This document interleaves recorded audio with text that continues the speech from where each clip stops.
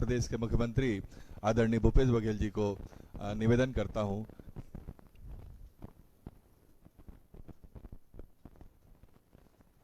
आवाज जोड़िए देता हूं। हमारे मंत्रिमंडल के साथी डॉक्टर प्रेमसाय सिंह जी, आदरणीय रविंद्र चौबे जी, आदरणीय मोहम्मद अकबर जी, आदरणीय कवासी लखमा जी, आदरणीय अमरजीत भगत जी, जय सिंह अग्रवाल जी, अनिला भेड़िया जी, हमारे सांसद और विधायकगण, सभी हमारे जनप्रतिनिधिगण और हमारे पत्रकार साथीगण और सभी अधिकारीगण और हमारे मेधावी छात्र छात्राएं और सभी आदिवासी भाइयों और बहनों, संयुक्त राष्ट्र संघ ने 9 अगस्त 1994 को यह निर्णय लिया कि विश्व स्तर पर आदिवासी समाज को उनके हक दिलाने, उनकी समस्याओं को समाधान करने, उनकी भाषा, उनकी संस्कृति, उनके इतिहास के संरक्षण के लिए विश्व आदिवासी दिवस मनाया जाए। तब से ये परंपरा चली आ रही है। आज विश्व आदिवासी दिवस के साथ साथ महात्मा गांधी ने आज ही के दिन अगस्त क्रांति के रूप में, जिसे हम जानते हैं, उन्होंने नारा दिया अंग्रेजों भारत छोड़ो और दूसरा नारा दिया करो या मरो। ये इसलिए भी अगस्त क्रांति के रूप में इसे हम याद करते हैं। मैं सभी को, प्रदेशवासियों को बधाई देता हूं, शुभकामना देता हूं। आदिवासी समाज हमेशा प्रकृति और प्राकृतिक संसाधनों का सबसे बड़ा संरक्षक रहा है। प्रकृति से निकटता, प्रकृति संसाधनों के संतुलित दोहन ही वह मंत्र है जो हमारी भावी पीढ़ी को बेहतर जीवन सौंपने की चिंता करता है। प्रकृति के निकटता के कारण से ही हमारे आदिवासी समाज सहज, सरल और आदर्श जीवन मूल्यों के साथ रहने तथा प्रकृति को कम से कम नुकसान पहुंचाकर विकास की ओर बढ़ता है। यही वह वजह है कि आदिवासी समाज की आकांक्षाएं प्रदेश, देश और दुनिया के अन्य हिस्सों की तरह विस्फोटक नहीं होती। कई बार आदिवासी समाज की आवाज सही स्तर पर, सही मंचों पर उचित ढंग से नहीं पहुंच पाने से उनकी अनदेखी होती है। ऐसे में विश्व आदिवासी दिवस का आयोजन हमें यह अवसर देता है कि आदिवासी समाज के हितों के सभी पहलुओं पर समग्रता से विचार किया जाए। मैं आदिवासी समाज के प्रत्येक सदस्य और संगठन से यह अपील करता हूं कि वे अपने अधिकारों और विकास के अवसरों के बारे में मुखर हों। हमारी सरकार आपके साथ है। हमारी सरकार बनने के बाद आदिवासी अंचलों की फिजा तेजी से बदली है। जल, जंगल और जमीन पर आपके अधिकारों की नई इबारत हमने लिखी है। जब केंद्र में हमारी यूपीए की सरकार थी, तब आपके लिए वन अधिकार अधिमान्यता अधिनियम 2006 लागू किया गया, जिसके अंतर्गत निजी तथा सामुदायिक पट्टे देने का फैसला किया गया। लेकिन राज्य में इस अधिनियम का सही पालन नहीं हो पाया और आप लोगों को अपने वाजिब अधिकारों से वंचित रहना पड़ा। हमने नीरस दावों के पुनः समीक्षा करने और सामुदायिक पट्टों को प्राथमिकता देने पर जोर दिया, जिसके कारण छत्तीसगढ़ देश का पहला राज्य बन गया है जहां वन अधिकार पट्टे और जमीन आवंटित करने का सबसे ज्यादा काम हुआ है। अभी तक लगभग 4.5 लाख व्यक्तिगत वन अधिकार पट्टे तथा 43,000 सामुदायिक पट्टे दिए जा चुके हैं। व्यक्तिगत पट्टों में 18,000 हेक्टेयर, सामुदायिक पट्टों में 4 लाख हेक्टेयर आवंटित, जो देश में सर्वाधिक है और यह भी प्रक्रिया सतत जारी भी है। प्रति व्यक्तिगत वन अधिकार पत्रधारक को औसतन 1 हेक्टेयर वन भूमि की मान्यता। हमने वन अधिकार पट्टों को मनरेगा, सिंचाई, खाद्य संरक्षण, खेती किसानी जैसे अनेक कार्यों से जोड़कर आपकी आय बढ़ाने की दिशा में प्रयास किया है। मैं चाहूंगा कि आप अपने इस अधिकार का भरपूर उपयोग करें। धमतरी जिले के जबर्रा और कांकेर जिला में खैरखेड़ा गांव के लोगों ने सामुदायिक पट्टे का जिस प्रकार से जिस तरह से प्रगति की है वैसी प्रगति हर जिले में हो। बहुत जल्दी ही बड़े पैमाने पर व्यक्तिगत और सामुदायिक पट्टे दिए जाएंगे। हमने वनोपज से आपको होने वाले आय को 4.5 गुना बढ़ाने का इंतजाम किया है। 7 से बढ़कर 31 किया है। साथ ही कई वनोपजों की दर भी बढ़ाई है। तेंदुपत्ता संग्रहण दर 2500 से बढ़ाकर 4000 रुपये प्रति मानक बोरा किया है। तेंदुपत्ता संग्राहकों को बीमा योजना बंद होने से उत्पन्न स्थिति से निपटने के लिए शहीद महेंद्र कर्मा तेंदुपत्ता संग्राहक सामाजिक सुरक्षा योजना लागू किया है, जिसमें प्रीमियम नहीं देना पड़ेगा और दावों का भुगतान 1 माह के भीतर होगा। आदिवासी अंचल में होने वाले विभिन्न उपजों के प्रसंस्करण की व्यवस्था की है ताकि आपका ब्रांड देश और दुनिया में बिके। जहां तक जल का सवाल है तो आदिवासी अंचल में विशेषकर बस्तर में सिंचाई का रकबा काफी कम है और इसे बढ़ाने और आपके हर जरूरत के पर्याप्त पानी उपलब्ध कराने के लिए हम बोध घाट परियोजना शुरू करना चाहते हैं। मैं बार बार कहता हूं कि पुनर्वास के पैकेज और मुआवजा आदिवासी समाज खुद तय करे ताकि ये देश में और दुनिया में सबसे अच्छा ये पुनर्वास नीति हो और उससे ज्यादा से ज्यादा लाभ मिले, क्योंकि ये योजना आपके लिए है, आपके बस्तर के लिए है, आदिवासियों के विकास के लिए है, आपकी जरूरत की पूर्ति करने के लिए है। और इसलिए किसी को यह शंका नहीं होना चाहिए कि इस पानी का उपयोग कोई दूसरा करेगा। ये बस्तर के लिए है और बस्तर के लोगों के लिए है। इस तरह हम सिर्फ जल, जंगल और जमीन की ताकत ही नहीं बल्कि शासन और प्रशासन की ताकत भी हम सौंप रहे हैं। आदिवासी विकास प्राधिकरण, इंद्रावती विकास प्राधिकरण स्थानीय युवाओं को सरकारी नौकरी, शिक्षा, स्वास्थ्य, पोषण और रोजगार के नए नए अवसर जुटाए जा रहे हैं। मैं चाहूंगा कि आप लोग इस सभी अवसरों का लाभ उठाएं। हम आदिवासी समाज के बच्चों की शिक्षा के लिए संचालित एकलव्य आदर्श विद्यालय योजना तथा मुख्यमंत्री बाल भविष्य सुरक्षा योजना को बेहतर ढंग से संचालित कर रहे हैं। इन संस्थाओं से जुड़कर आप अपना भविष्य संवार रहे हैं। बच्चों को बहुत बधाई और शुभकामना। अभी हम लोग प्रत्येक जिले में अंग्रेजी माध्यम के स्कूल शुरू कर रहे हैं। भाई लखेश्वर बघेल जी एक कदम और आगे बढ़कर उन्होंने अंग्रेजी माध्यम के महाविद्यालय की भी मांग की है, तो अभी हम स्कूल शुरू कर रहे हैं। तो निश्चित रूप से जो अंग्रेजी माध्यम से पढ़े हुए बच्चे जब निकलेंगे तो उनके लिए महाविद्यालय की भी शुरुआत होगी। आपने भविष्य को देखते हुए जो मांग की है निश्चित रूप से सराहनीय है। आज विश्व आदिवासी दिवस के पावन अवसर पर हम राज्य सरकार के एक अभिनव प्रयास राज्य स्तरीय मानव संग्रहालय शहीद वीर नारायण सिंह स्मारक एवं संग्रहालय का भूमि पूजन भी हम लोगों ने किया है। मुझे खुशी है कि संस्कृति विभाग के अंतर्गत नवा रायपुर ऊपरवाड़ा में संचालित पुरखौती मुक्तांगन परिसर में राज्य स्तरीय मानव संग्रहालय प्रारंभ किया जा रहा है, जो समुदाय और संग्रहालयों के बीच संबंधों का सेतु बनाएगा। इस मानव संग्रहालय में प्रदेश की हजारों वर्षों से विकसित बहुमूल्य सांस्कृतिक प्रतिमानों की सांकेतिक एवं वैकल्पिक विद्यमानता को सुनिश्चित करने के सभी संभव प्रयास किए जाएंगे। यह संस्थान विलुप्त प्राय परंतु बहुमूल्य सांस्कृतिक परंपराओं के संरक्षण और नया जीवन देने के हर संभव प्रयास करेगा। संग्रहालय जनता के अनौपचारिक शिक्षा के केंद्र के रूप में भी कार्य करेगा। यह संग्रहालय विभिन्न समुदाय के पर्यावरण, शिक्षा, जैव विविधता के संरक्षण के पारंपरिक तकनीकों, जल प्रबंधन तथा अन्य संरक्षण तकनीकों को संरक्षित व प्रदर्शित करने एक मंच की तरह कार्य करते हुए इन्हें प्रचारित करेगा। इस तरह हमने आदिवासी समाज के सर्वांगीण विकास का लक्ष्य रखा है। मैं चाहता हूं आप अपनी पूरी क्षमता से कार्य करें और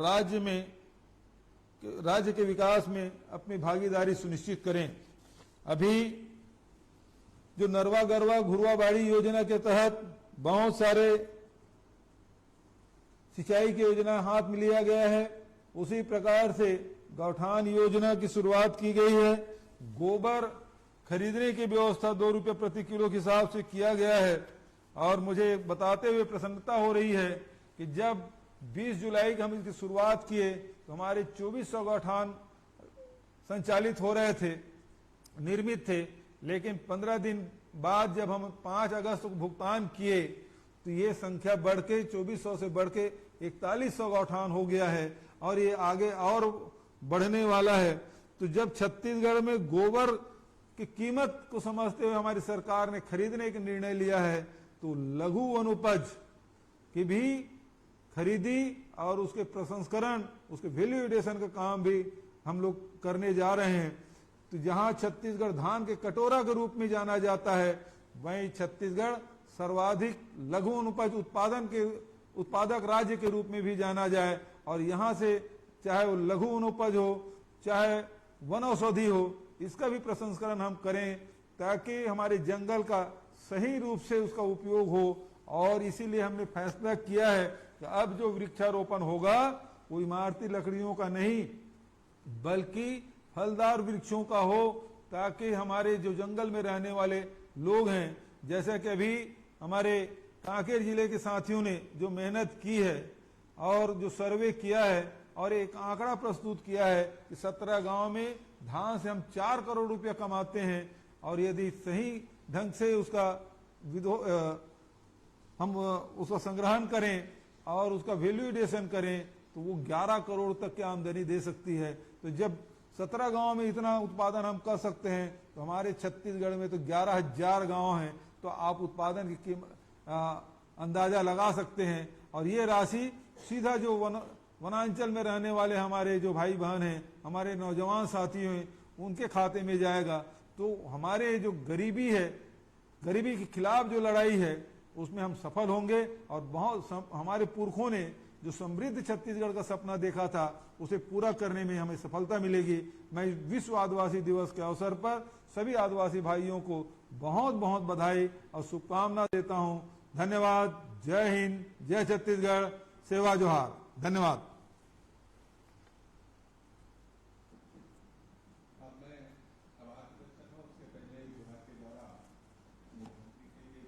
और माननीय मंत्रीगणों के लिए भी स्मृति चिन्ह यहाँ पे भेंट किया जाएगा। तो मैं निवेदन करता हूँ, हमारे बहुत से मंत्री, हमारे समाज के अध्यक्ष भी चर्चा करना चाहते थे, समय अभाव की वजह से यहाँ पे अवसर नहीं मिला, उसके लिए मैं क्षमा प्रार्थी हूँ। माननीय मुख्यमंत्री जी ने इस बात को कहा है कि वो प्रत्यक्ष में आपसे जो प्रतिनिधि मंडल से मिलना चाहते थे वो, लेकिन स्वास्थ्यगत कारणों से जो हमारे समक्ष वो नहीं आए, वर्चुअल माध्यम से आए हैं, तो अलग से एक प्रतिनिधि मंडल को जो है उनसे समय लेकर जो है वो सब ये करेंगे। और एक मांग पत्र जो है माननीय बीपीएस नेताम साहब जो है मुख्यमंत्री जी को क्या नाम से वो देना चाह रहे थे, तो मैं उनसे चाहूंगा कि एक प्रतिनिधि मंडल के साथ डॉक्टर प्रेम साहेब टेकाम साहब को जो है वो अपने ज्ञापन वो सौंप दें और उनके माध्यम से माननीय मुख्यमंत्री तक जो है वो ज्ञापन आपका पहुंच जाएगा और उस पर माननीय मुख्यमंत्री जी विचार करेंगे। मैं आभार प्रदर्शन के लिए डीडी सिंह साहब को मैं आमंत्रित करता हूं। आज के इस कार्यक्रम में सर्वप्रथम मैं माननीय मुख्यमंत्री जी का आभारी हूं, जिन्होंने आज के इस कार्यक्रम में एक तो सीएम हाउस में आयोजन करने की अनुमति दी और इसमें विपरीत परिस्थितियों में इन्होंने हमारे इतना समय दिया है। इसके अलावा हमारे बीच में उपस्थित माननीय मंत्रीगण, मंत्रिमंडल के सभी सदस्यगणों का आभारी हूं, जिन्होंने अपना इतना अमूल्य समय दिया है और समाज की और हमें विभाग की गरिमा बढ़ाई। हमारे बीच में उपस्थित सभी माननीय संसदीय सचिवगण हैं, विधायकगण हैं, सांसदगण हैं और समाज के सभी गणमान्य नागरिकों का भी मैं आभारी हूँ। धन्यवाद।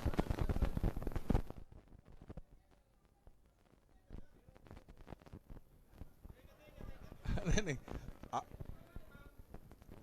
मांग को रख देंगे। नहीं,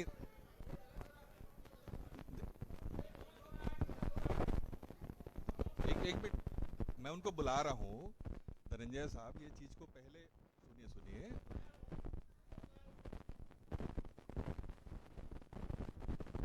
नेताम जी अपने ज्ञापन को, मैं माननीय मुख्यमंत्री जी की अगर अनुमति है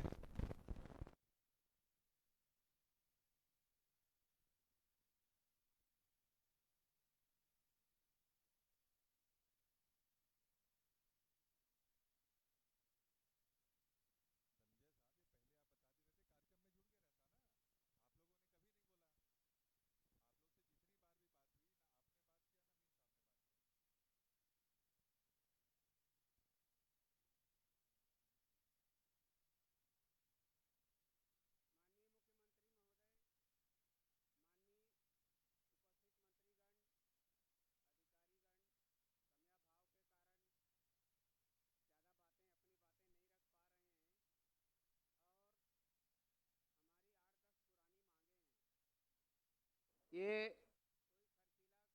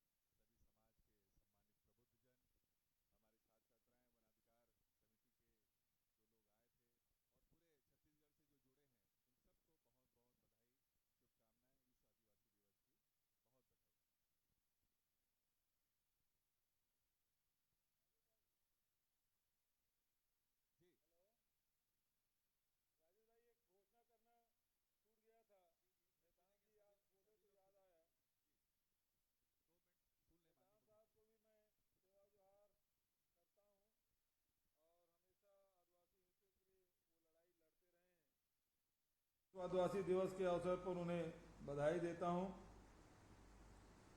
हमारी सरकार बनने के बाद वन अधिकार कानून के क्रियान्वयन में तेजी लाई गई है। वन अधिकार दिलाने छत्तीसगढ़ अग्रणी राज्य बना है।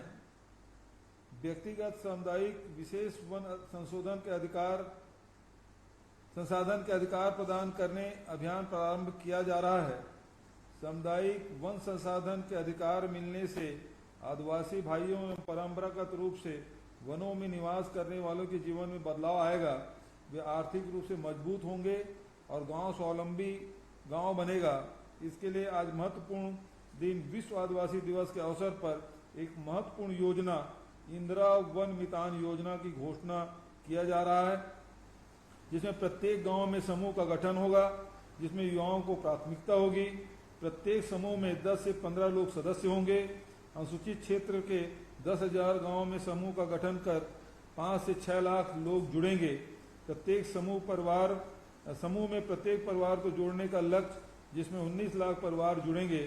वन वृक्ष प्रबंधन का अधिकार समूह को प्रदान किया जाएगा, जिसे वन क्षेत्र में वृक्षों के वनोपज संग्रहण कर आर्थिक लाभ लिया जा सकेगा। वनोपज खरीदी की व्यवस्था समूह के माध्यम से की जाएगी, जिसे वनोपज का सही मूल्य मिल सके। समूह के माध्यम से स्वरोजगार के अवसर, वनोपज के मार्केटिंग की व्यवस्था, वनोपज प्रोसेसिंग यूनिट की स्थापना, अनुसूचित क्षेत्र के प्रत्येक ब्लॉक में वनोपज प्रोसेसिंग यूनिट की स्थापना का लक्ष्य रखा जाएगा। इस अवसर पर इंदिरा वन मितान योजना के भी मैं घोषणा करता हूं। बहुत बहुत धन्यवाद।